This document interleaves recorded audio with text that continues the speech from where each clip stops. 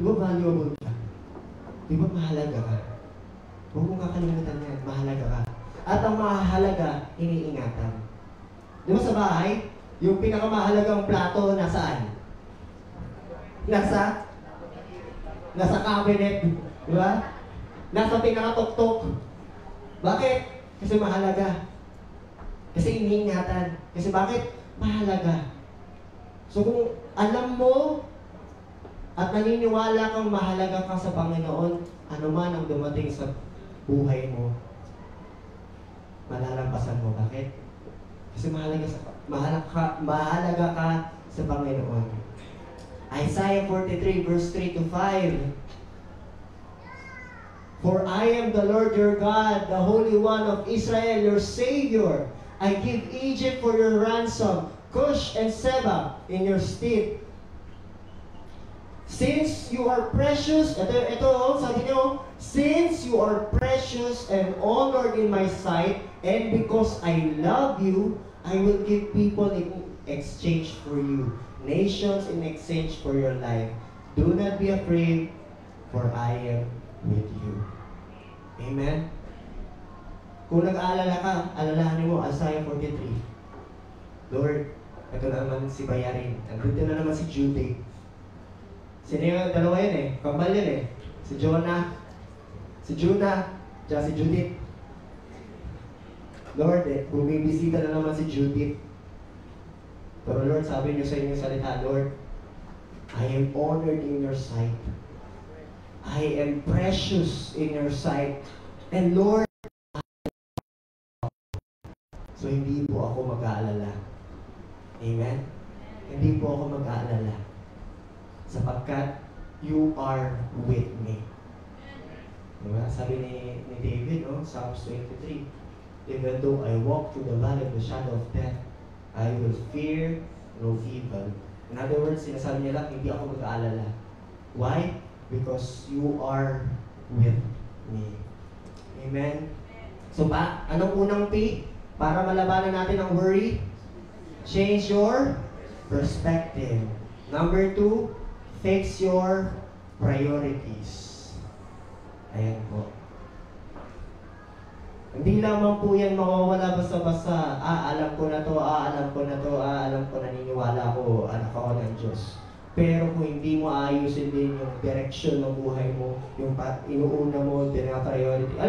Alam mo yung sinasabi ng Lord, hindi ka dyan, pero ikaw pa rin yung lakad mo, papunta ka pa rin dyan. Kahit sabihin mo, anak ako ng Lord, pero yung direction mo, priorities mo, papunta ka na dun sa ikakapahamak mo. Wala pa rin. Kaya kailangan, kilala mo yung sarili mo, kilala mo ang Panginoon. At the same time, your priorities. Ano ba yung inuuna mo? Dito po sa verse na ito, verse 33, seek the kingdom of God above all else. Hindi niya po sinasabi, huwag ka na magtrabaho. Unahin mo na si Lord. Si Lord lang, huwag ka na mag-aral. Hindi po. Mag-aral ka pa rin. Magtrabaho ka pa rin. Give your best shot. Pagbutihin mo yan. Pero, put God above all else. Huwag mong iiwan si Lord. Sabi mo sa kanila mo, huwag mong iiwan si Lord. Sa trabaho mo, huwag mong iiwan. Huwag mong iiwan sa pagdedesisyon mo. Minsan, ang style natin, last resort na. Si Lord. Anong ibig sabihin ng last resort? Pag nagka-loko-loko na, Lord, tabang. Sinabi mong, above all else, ibig sabihin si Lord, inuuna mo si Lord. Magdidesisyon ka, tanungin mo si Lord, Lord, bibiliin ko ba to? Lord, gagawin ko ba to? Lord, sasagutin ko ba ito? Ipagpapatuloy ko ba ito? Unahin mo si Lord above all else. Kaya, sabi niyo, seek the kingdom of God above all else and live righteously. So, yung priorities mo, pamumuhay mo, ayusin po natin. Kasi most of the time, may mga worries na dapat di mo na wino-worry, pero dahil sa iyong ginagawa, nagiging worries mo na. Nagiging problema mo na. May mga problema na hindi mo dapat pinoproblema, pero dahil yung ginagawa mo, ayan, nagiging problema mo na din yung problema. Do not, ano sabi niya, do not problem the problem, for the problem will problem itself. Tama ba yan? So do not problem. Amen?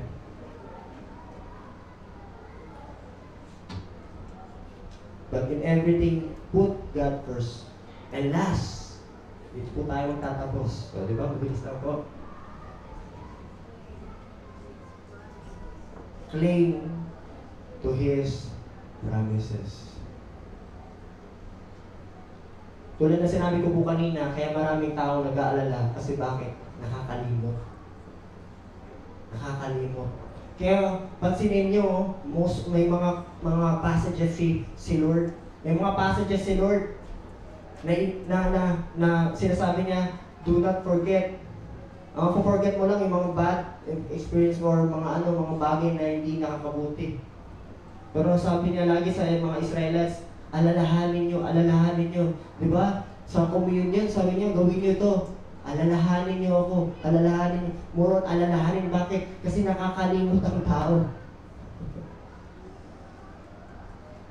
Yan ko din na-realize. Kaya, pansinin niyo, alam niyo ba, sa passage from verses 25 to 34, alam niyo kung ilang beses inulit ni Lord yung salitang do not worry? Alam niyo kung ilan? Nabilang niyo ba? 3 beses. Do not worry about ganito. So, do not worry. So, do not worry. So, kapag inuulit-ulit, sa Bible po kasi, pag inuulit-ulit, ibig sabihin, importante talaga. Talagang intense. Huwag ka kasing parang ganun. Huwag kang mag-alala. Diba? Inuulit, pag 3 times mo, inuulit, 2 times, 3 times, inuulit ang isang word, ibig sabihin, importante na gawin mo to, or wag mong gawin. At na-realize ko din, siguro kaya iniulit-ulit ni Lord kasi nakakalimutan mo eh. Noong una, do not worry, sige Lord. Tapos nag-worry ka. Ulit-ulit. Pangalawa, do not worry, sige Lord. Tapos nag-worry ka ulit. Pangatlo, do not worry. Sana sa pangatlong beses. Alam ko siguro, na-preach na siguro itong topic na to. Pero pinapaalalahanan ulit tayo ng Lord, itigil mo na yan. Pagkasabi sa katabi mo, itigil mo na yan. Huwag ka na mag-worry. At sabi ko nga kanina, kaya ang tao nag-worry kasi nakakalimot siya. Nakakalimutan niya si Lord, nakakalimutan niya yung sarili niya, kung sino siya sa Panginoon. At pangatlo, nakakalimot siya na may promise si Lord sa kanya, sa iyo. Alam niyo ba ang promise para kanino? Sabihin mo sa katabi mo, sa'yo yan. Huwag mong kalimutan yan. Sa'yo yan, gamitin mo yan. Hindi yan pang design na, Christian ako, ganito. Gamitin mo yan sa buhay mo. Na ang promise, ginagamit yan. Amen? This is His promise. If na-prioritize natin si Lord, naalala natin si Lord, ito, so you seek the kingdom of God above all else and live righteously, and He will give you everything that you need. Amen? Pastor, paano yung wants? Ayan, yan tayo.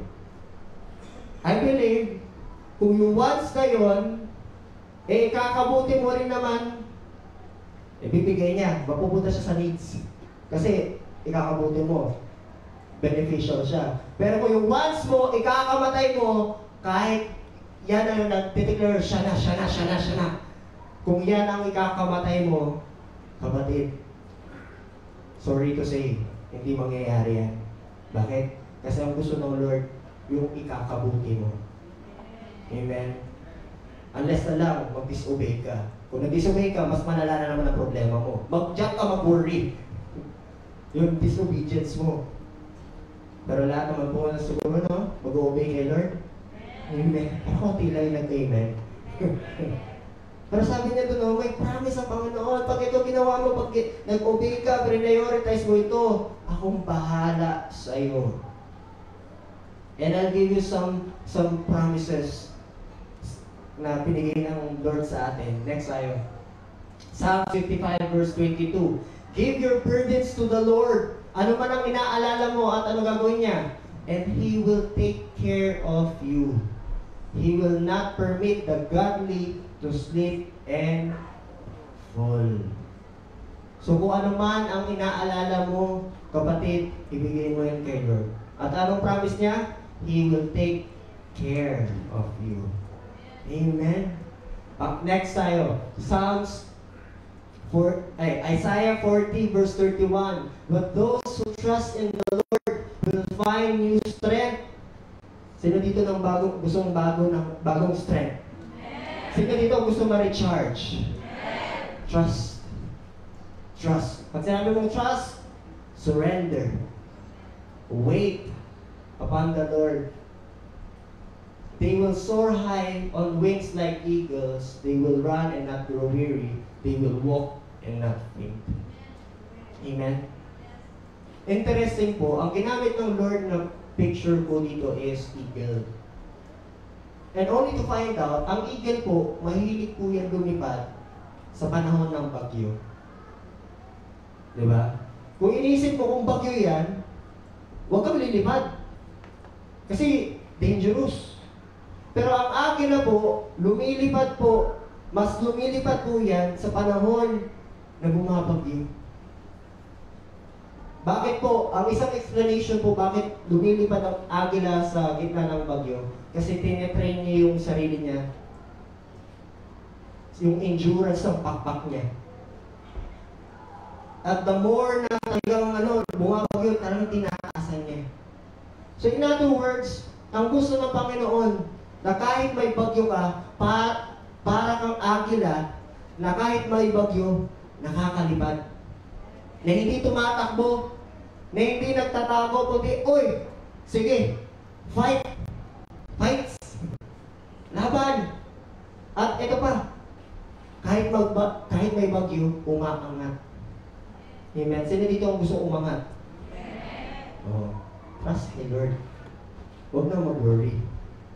And next, Psalms, chapter 50, verse 15. Sabi niya, then call on me when you are in trouble, and I will rescue you, and you will give me glory.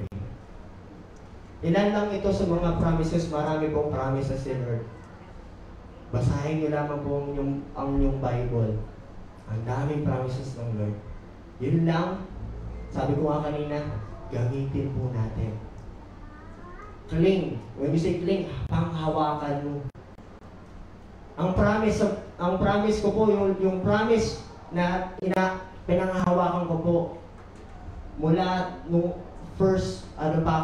nung bagong born again pa po ako, hanggang ngayon, ito po ang promise na pinanghahawakan ko. The Lord is my shepherd. I shall not lack. Yun po. Doon talaga, inama ko, Lord, ikaw ang aking pastol. Hindi po ako magkukulang. So, ang tanong ko, ano yung sa'yo? Diba? Meron ka ba? Yun yung tanong, meron ka ba? Don't worry kung wala pa. Yan, pwede nyo kunin yan. Pwede nyo alalahanin nyo yung sinulat nyo, Psalms 50. Pero kung meron ka na, panghawakan mo yan. Pag meron kang inaalala, panghawakan mo yan. Pag may problema ka na, may pinagdadaanan ka, panghawakan mo na yan.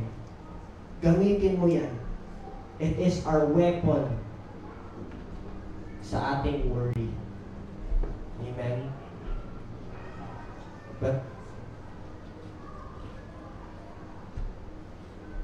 So ano yung tatlong piece?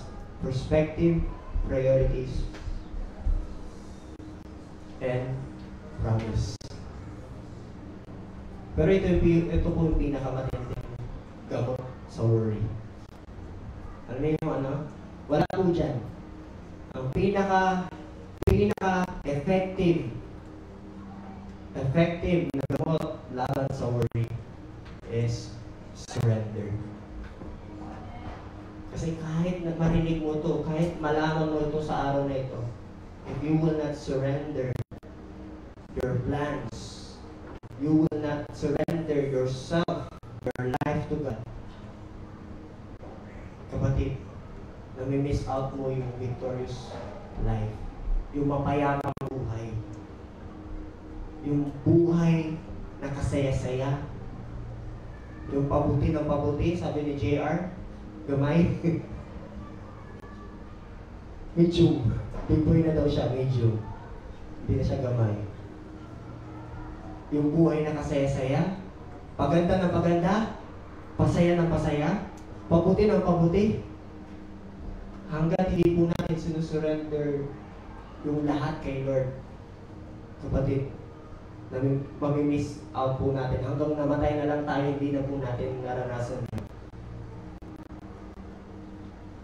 So, can we all close our eyes? At kung hindi mo pa sinusurrender ang buhay mo ngayon, sinusurrender ngayon, God is giving you the chance today, again and again. Again and again.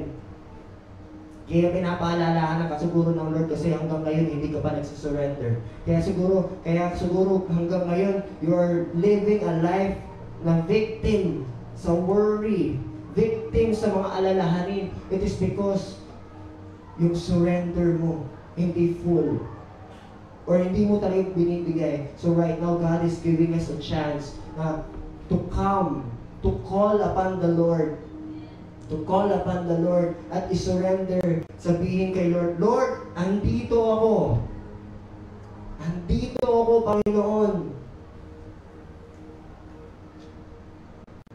Right now, God is giving us a chance. Kung ano man ang mga inaalala mo ngayon, give it to God.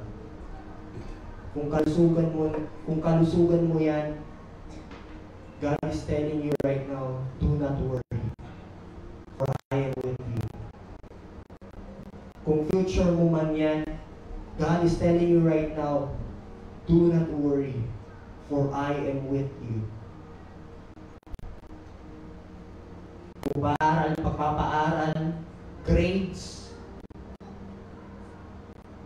position, blessing, or whatever na iniisip-isip mo, God is telling you right now, surrender.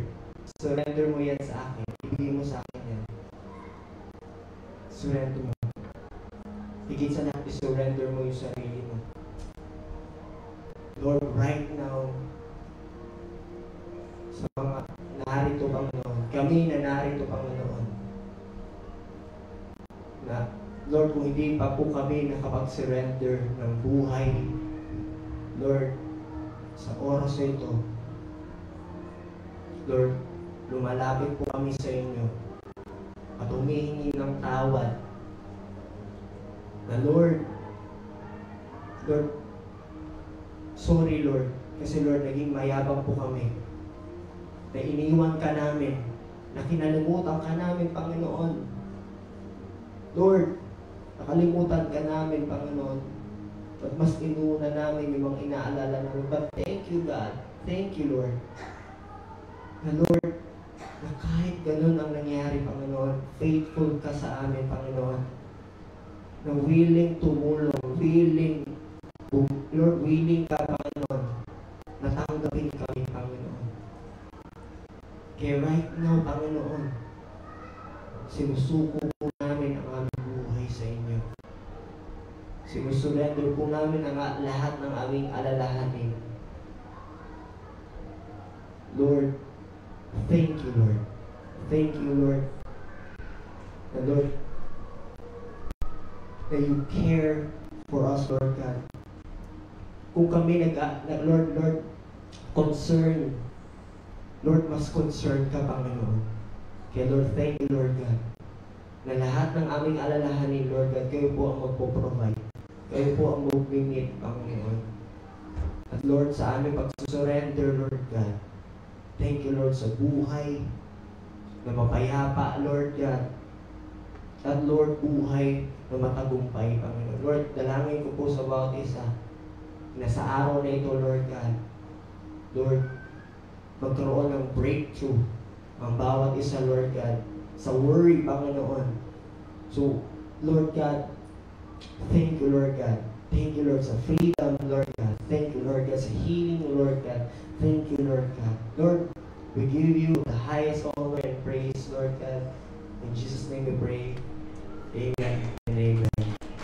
God bless everyone. Amen. Thank you, Kuya Pastor Pat, sa wonderful word. So, do not worry, di ba? Amen? Okay, sabi sa inyong katabi, do not worry. Okay, so, now it's time to give back the tithes and offering for the Lord, di ba? So, nalang ko gusto i-share, so, while prepare ko ba? So, nalang ko insights about sa do not worry, di ba? Connected sa atong tithes and offering. So, syempre, di ba, college na ta, so, may mga college student na rin, mga employee, mga businessman, di ba? So, gusto na ako i-share na about sa tithes and offering, di ba, na faithful si Lord sa tuwa, faithful sa atong family, di ba, na sa kuwang journey as a college na 9 times na kanang sakto lang good siya, sakto lang atong allowance na good. So, bali murag 9 times na mag-worry ta, di ba? Dili may iwasan, pero God will remind us na dili ta mag-worry kay na si Lord. And dito na ako na-realize na faithful si Lord, masking kanang nagoy kanang atong heart good na sana. So, actually, there are times na kanang makamunawon at worries, but si Lord good faithful siya sa atong allowances na do naga-budget na ta kanang atong budget is sakto na good, but in the end sa week, sa day or sa week is makita nato, uy Lord, nay sobra.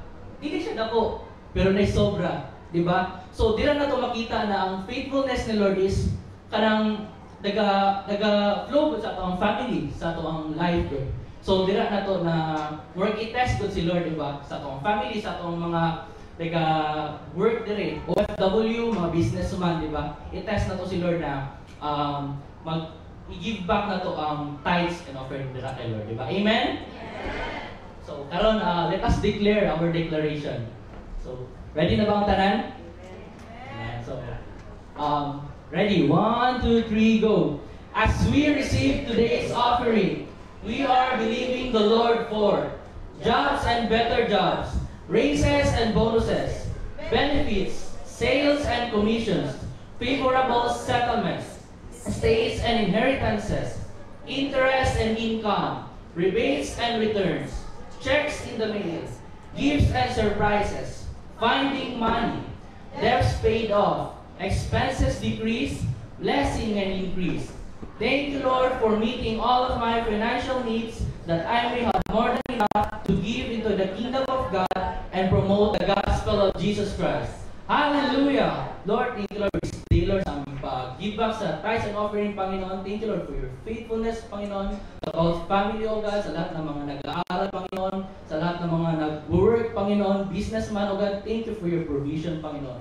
Thank you, Lord, na hindi ka magkukulang sa bawat isa, Panginoon, kahit sa aming pangaraw-araw na pamasahe, Panginoon, or protection. Thank you for your protection and guidance, Panginoon. And Lord, na sa whole week nito, God, hindi kami magkukulang, Panginoon, but Lord, aapo ang favor and blessings mo, Panginoon. In Jesus' name, amen and amen.